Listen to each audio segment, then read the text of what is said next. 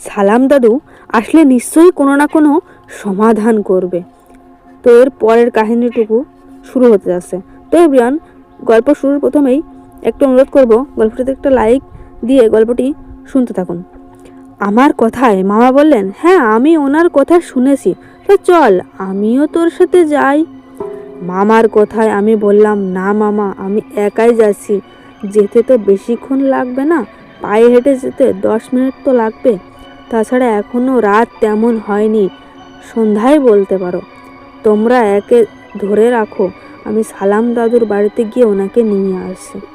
কথাটা বলে আমি বেরিয়ে পড়লাম সালাম দাদুর বাড়ির দিকে। চারিদিকে অন্ধকার নেমে আসছে।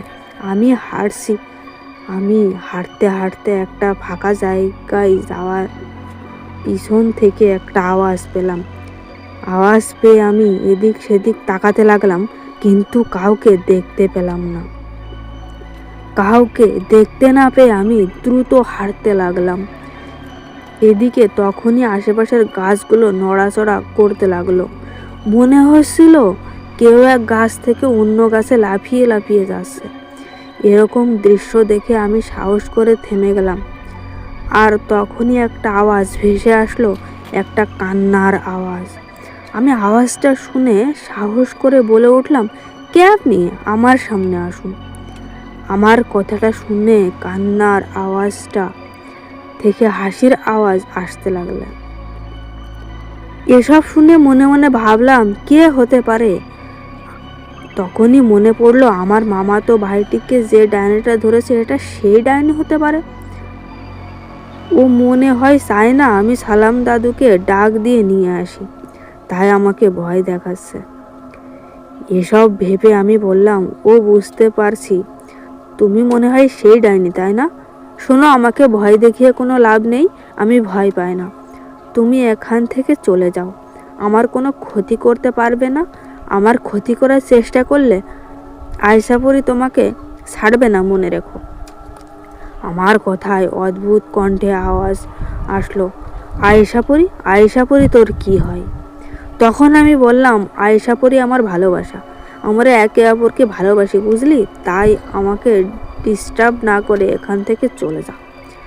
আমার কথায় একটা ধোঁয়ার মতো সামনে এসে একটা পরীর রূপ নিলেন। আর এটা অন্য কোনো পরী নয়, এটা আয়েশাপুরি। আয়েশাপুরি আমার সামনে আসায় আমি লজ্জা পেয়ে বললাম, আরে আয়েশাপুরি, আপনি? আমার কথায় আয়েশাপুরি বলেন, হ্যাঁ আমি এতক্ষণ তোমাকে ভয় দেখাচ্ছিলাম, দেখলাম তুমি ভয় পাও কি না, কিন্তু তুমি তো ভয় পেলে না, উল্টো আমাকে তোমার ভালোবাসার মানুষ বানিয়ে দিলে। আমি কি তোমার ভালোবাসার কেউ? ভালোবাসো আমাকে? আয়েশাপুরির কথায় কি বলবো বুঝতে পারছি না। লজ্জা পেয়ে আমি বলে উঠলাম, না মানে আসলে সরি, ভুল হয়ে গেছে। কথাটা বলে একটা দৌড় দিলাম। এদিকে পিছন থেকে আয়েশাপুরি বলছেন, আরে দৌড়াচ্ছে কেন? শোনো, এই থামো। পরীর কথায় আমি না থেমে দৌড়াতে লাগলাম। কিন্তু এ কি, আমি ঘুরে ফিরে আয়েশাপুরির কাছে আসছি। মানে কি, আমি তো বাড়ির দিকে দৌড়ালাম, আয়েশাপুরির সামনে ফিরে আসলাম কিভাবে? আমি সামনের দিকে দৌড়ালেও আয়েশাপুরের কাছে ফিরে আসছি, পিছনের দিকে দৌড়লেও আয়েশাপুরের কাছে ফিরে আসছি। হচ্ছেটা কি এসব? আমার এমন অবস্থা দেখে আয়েশাপুরি বলল, আরে থামো, দৌড়িয়ে কোনো লাভ নেই, ঘুরে ফিরে আমার কাছে আসবা। শোনো, তোমার কথায় আমি কিছু মনে করিনি, ভয় ও লজ্জা পেও না। তুমি কোথায় যাচ্ছ?